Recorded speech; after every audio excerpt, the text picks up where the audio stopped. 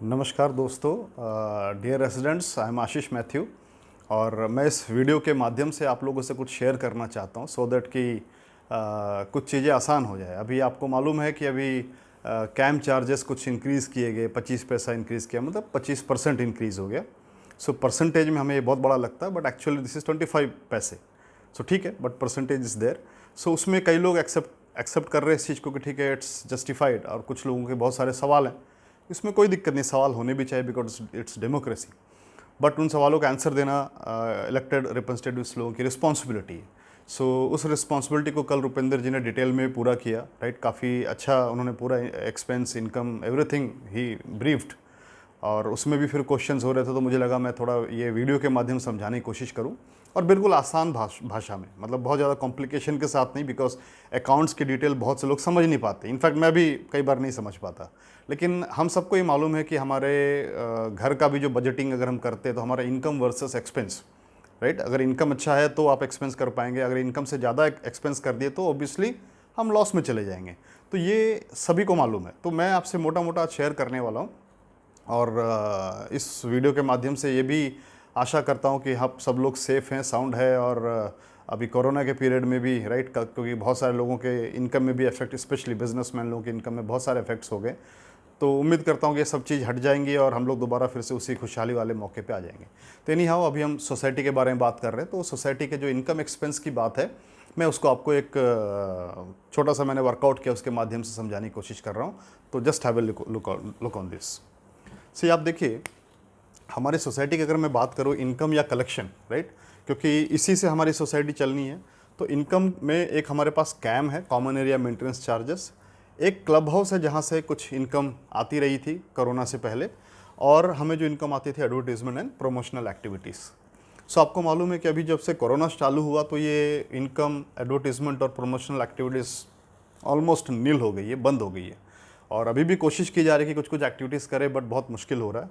और club house का income जो अच्छा खासा इनकम हुआ करता था, बिकॉज स्विमिंग पूल से एक अच्छा इनकम था, रेस्टोरेंट से अच्छा इनकम था, योगा क्लासेस से इनकम थी, डांस क्लासेस से थी, पेंटिंग क्लासेस से थी, राइट।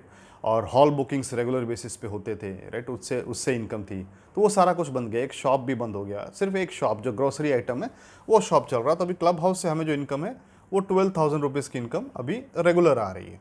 बाकी अदरवाइज बाकी सारे इनकम बंद हो गया। और कल चार्ट में रुपेंद्र जी ने डिटेल भी दिया था कि almost per month around 3 lakh rupees का हमारा इनकम सफ़र कर गया।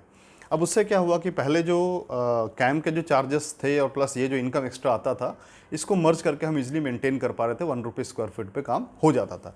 अब अगर आप डिटेल में देखेंगे तो हमारी इनकम कैसे आती है, कैम की बात करें तो हम पहले सी ब्लॉक को लेते हैं।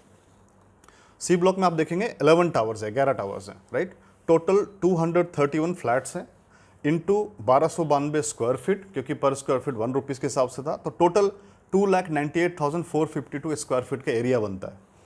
बी ब्लॉक में अगर हम आते हैं तो बी ब्लॉक में 10 टावर्स, 28 फ्लैट्स हैं, और 280 टोटल फ्लैट हो गए, और 5 टावर्स सिर्फ 24 फ्लैट्स हैं। मतलब जो B4, 5, 6, 3 और 7 जो है उसमें 24 फ्लैट्स है, तो 120 घर हो गए। तो टोटल 400 फ्लैट्स, 1895 स्क्वायर फीट के हिसाब से टोटल बना 7,58,000 स्क्वायर फीट एरिया, राइट। ए ब्लॉक में 5 टावर्स हैं जिसमें 100 फ्लैट्स 4 बेडरूम है और 20 फ्लैट्स पेंट होम्स हैं। तो 4 बेडरूम का स्क्वायर फीट 235 है, टोटल बना 2,35,800।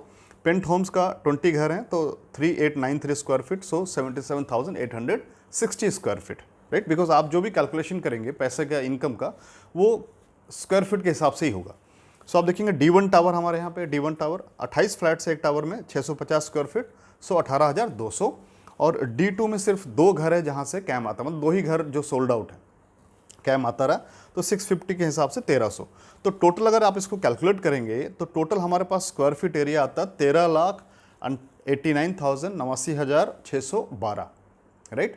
इसको 13,89,000 को हम अप्रोक्स 14 लाख मान लेते हैं। तो मतलब कहने का मतलब approx 14 lakh square feet area जहाँ से हमारे को कैम के चार्जेस आने, इससे ऊपर नहीं आने वाला।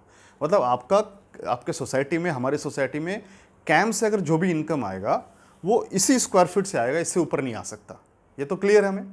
अब जो 14 लाख स्क्वायर फीट है उसमें से हर महीने 14 लाख आएंगे ऐसा ज़रूरी नहीं, आता ही नहीं है, राइट।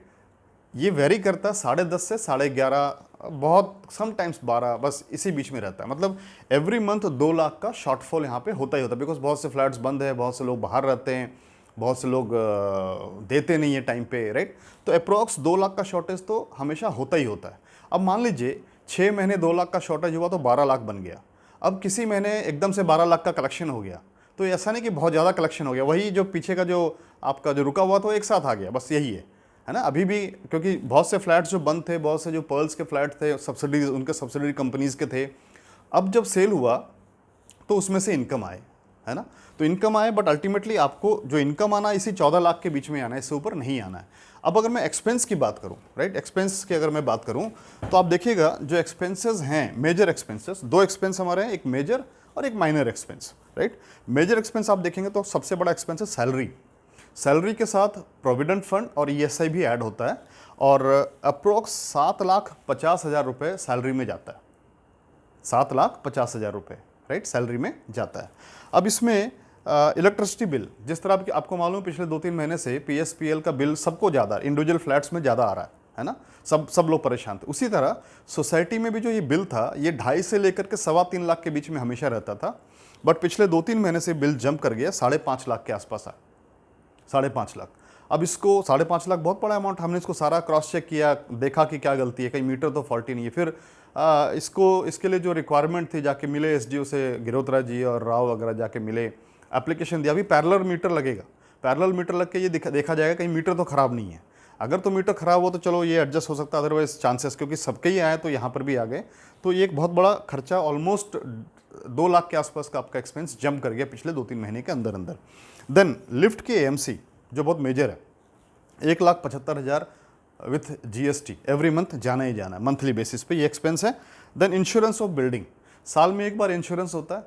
लास्ट ईयर में, मतलब लास्ट टू लास्ट ईयर तक इंश्योरेंस का कॉस्ट ऑलमोस्ट 3 लाख से नीचे था, बट लास्ट ईयर इंश्योरेंस एकदम से काफ़ी जंप कर गया और ये 7 लाख पे इसका कोटेशन आया। अब बिल्डिंग का पूरा इंश्योरेंस, एंटायर सोसाइटी का building and fire insurance, right, तो ये 7 लाख के आसपास था, बट इसको चलो हमने बार्गेन करके 6.25 लाख में इंश्योरेंस किया। मतलब अगर इसको मंथली डिवाइड करें तो 50,000 पर मंथ का एक्सपेंस ये भी ऐड कर लो, तो आप देखेंगे तो आपका सिर्फ ये मेजर एक्सपेंस जो सामने दिख रहा है, दैट इज अप्रोक्स 15,25,000। हमारी आमदनी कितनी है, अगर सारा पेमेंट आ जाए तो 14 लाख, एक्सपेंस कितना खड़ा है एवरी मंथ, 15,25,000, क्योंकि हमारी बाकी आमदनी रुक गई, यहाँ से क्लब हाउस से रुक गई, right.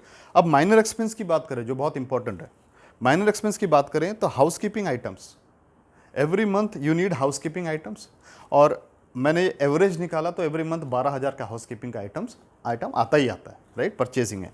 Then second electrical items, अभी आपको मालूम है कई जगह फॉल्ट हो गया है ना, कई जगह एएमसी जो कॉमन एएमसी है वो उड़ गए, बल्ब चेंज होने हैं, कुछ इलेक्ट्रिकल आइटम्स फिट होने हैं, तो इसके भी मंथली एक्सपेंसेस है अराउंड 15 से 20,000 के बीच में, ये वेरी करता है। देन सोसाइटी के अंदर बहुत सारे वेल्डिंग वर्क्स होते हैं, बेसमेंट्स में वेल्डिंग वर्क है और भी कई सारे जगह पे वेल्डिंग के काम होते हैं, तो ये रेगुलर नहीं होता, ओकेशनली होता है और बिल के हिसाब से होता है, बट यस ये भी आपका एक्सपेंस है और रेगुलर बेसिस पे ये हर 3-4 महीने में एक बार ज़रूरत पड़ ही जाता है।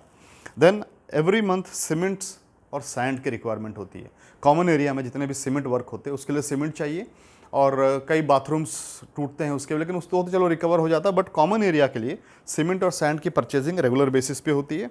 देन लेबर्स, कई कामों के लिए बाहर से लेबर हायर करना पड़ता है। अभी भी रिसेंटली ये फाउंटेन के पास जो काम चल रहा था, बिकॉज हमारे पास मेसन एक ही है, एक मेसन और एक असिस्टेंट, है ना, तो वो कई जगह इंगेज रहते हैं, कई जगह पे काम चल रहा होता है, तो हमें बाहर से भी लेबर हायर करने पड़ते हैं, और ये रेगुलर नहीं है, ओकेशनल है, बट यस ये आपका एक्सपेंस है। देन लीगल फीस, सोसाइटी पे कई लोग केस करते हैं, राइट, और हमें भी लॉयर हायर करना पड़ता है, और अच्छे लॉयर अगर आप हायर करेंगे तो अच्छी आपको उनको फीस भी देनी पड़ेगी। और अब तक मैं आपको बताऊँ जितने भी सोसाइटी के ऊपर में, जब मैं प्रेसिडेंट रहा हूँ 2017 से लेकर 20 तक, जितने भी लीगल केस हुए हैं, हमारे मेंबर्स नहीं किए, सोसाइटी मेंबर्स नहीं किए, तो अच्छा लॉयर का फ़ायदा होता है कि सारे केस आप जीतते हैं। अभी तक हमारी सोसाइटी ने, NCFOW सोसाइटी ने कोई भी केस हारा नहीं है, सभी केस जीते हैं, तो लीगल फीस भी है एज़ पर द रिक्वायरमेंट, और ये भी होता ही होता है। देन फायर सिलेंडर्स, राइट, जो फायर सिलेंडर्स लगे साल में एक बार रिफ़िल करना पड़ता है, और लास्ट ईयर हमने एक ABC सिलेंडर परचेस किया था तो उसको रिफ़िल करने की ज़रूरत नहीं है, लेकिन जो दूसरा सिलेंडर CO2 सिलेंडर्स उसको रिफ़िल करना ज़रूरी है, तो ये भी आपका साल का एक एक्सपेंस है। देन प्लम्बिंग आइटम्स, और ये बहुत एक मेजर एक्सपेंस है। प्लम्बिंग आइटम आप लोग कंप्लेन भी करते हैं कि हमारे छत से पानी सीपेज हो रहा है ना, एंगल वॉल टूट गया, राइट। ये रेगुलर बेसिस पे होता है, स्पेशली सी ब्लॉक में ज़्यादा होता है। क्यों सी ब्लॉक में होता है? बिकॉज सी ब्लॉक की जो हाइट है वो बी और ए से थोड़ी नीचे है, तो पानी का प्रेशर ज़्यादा होता है। तो प्रेशर होने की वजह से जो एंगल वॉल्व लगे रहते हैं, जो टैंक को बंद करता है पानी लीकेज से, ओवरफ्लो होने से, वो ब्रेक कर जाता है और रेगुलर बेसिस पे होता है। तभी लोग बोलते हैं ना 2-3 साल से लगातार हो रहा है, ये होता ही रहेगा, आगे भी होता रहेगा। तो हम लोगों ने इसको कुछ चेंजेस किए थे एंगल वॉल को, उसमें कुछ एक्स्ट्रा रॉड वगैरह डाल के कोशिश की थी, बट फिर भी ये ब्रेक होता है। तो ये आपका रेगुलर एक्सपेंस है। देन वॉल्व्स बार बार लीक होते हैं, वॉल्व्स छत के ऊपर जो लगे हुए हैं ना, जोलोटो वॉल्व्स आपने सुना होगा, ऐसे वॉल्व्स, ये सब आइटम्स बहुत कॉस्टली आते हैं। तो ये भी आपका मंथली बेसिस पे, देन और भी पाइप्स हैं, कई सारी चीज़ें मंथली बेसिस पे आपके एक्सपेंसेस हैं। तो आप सोच के देखो, आपकी इनकम अगर कैम पूरी आ जाए तो 14 लाख है, इतना आता नहीं है, राइट। कैम 11 लाख के आसपास ही कलेक्ट हो पाता है। कंपनसेट हो रहा था क्लब हाउस और बाकी एडवर्टीजमेंट के इनकम से, तो वो बिल्कुल नील हो गया, बिल्कुल जीरो हो गया। लेकिन आपके एक्सपेंसेस में कोई कमी नहीं आई, उल्टे आपके एक्सपेंसेस बढ़ गए। इलेक्ट्रिसिटी बिल बढ़ गया, ओटिस के चार्जेस एवरी ईयर वो कुछ परसेंटेज के साथ बढ़ता है, वो बढ़ गया, राइट।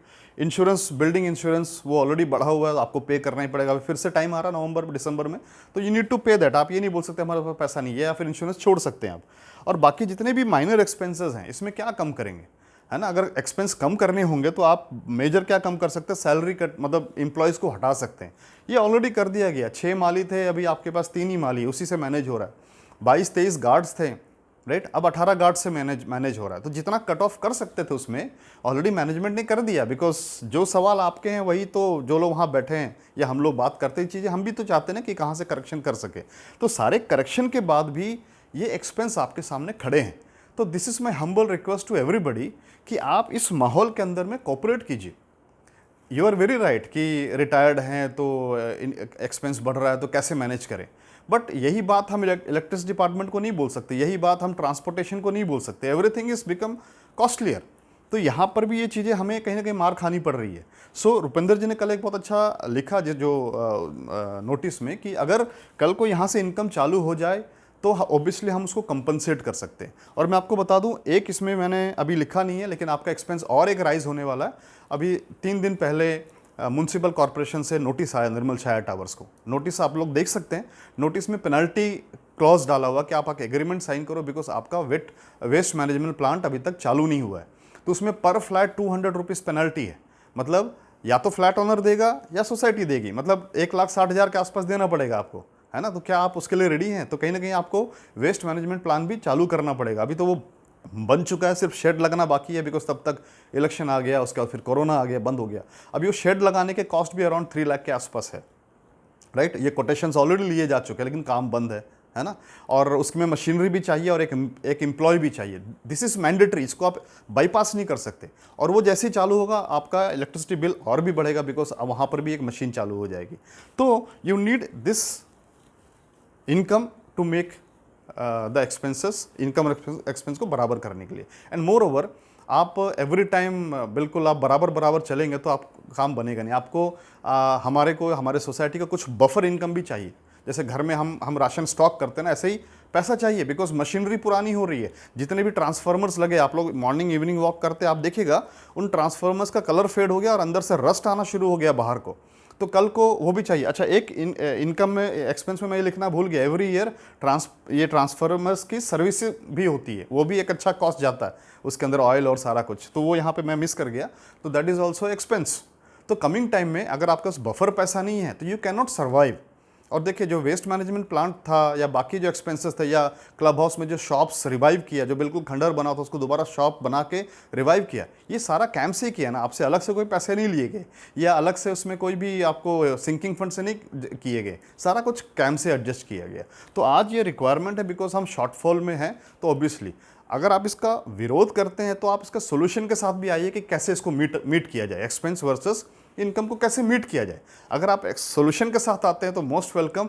अगर सोल्यूशन अच्छा है, मैनेज हो सकता है, तो व्हाई नॉट। नहीं बढ़ाया जा सकता है ना। सो अभी फ़िलहाल बिकॉज ऑफ दिस कंडीशन ये इंक्रीज़ की गई है, और अगर सोसाइटी के पास बफर आता है तो आपके आपके स्टॉक में पड़ा, आपके अकाउंट में पड़ा है, और आफ्टर 2-3 मंथ्स हम देखेंगे अगर मैच हो रहा है, हमारा इनकम चालू हो रहा है, तो ऑब्वियसली हम इसको कम कर देंगे। तो इसीलिए आप लोग कॉपरेट कीजिए सो दैट कि मिल के अच्छे से सोसाइटी को सारे लोग मेंटेन कर पाएँ।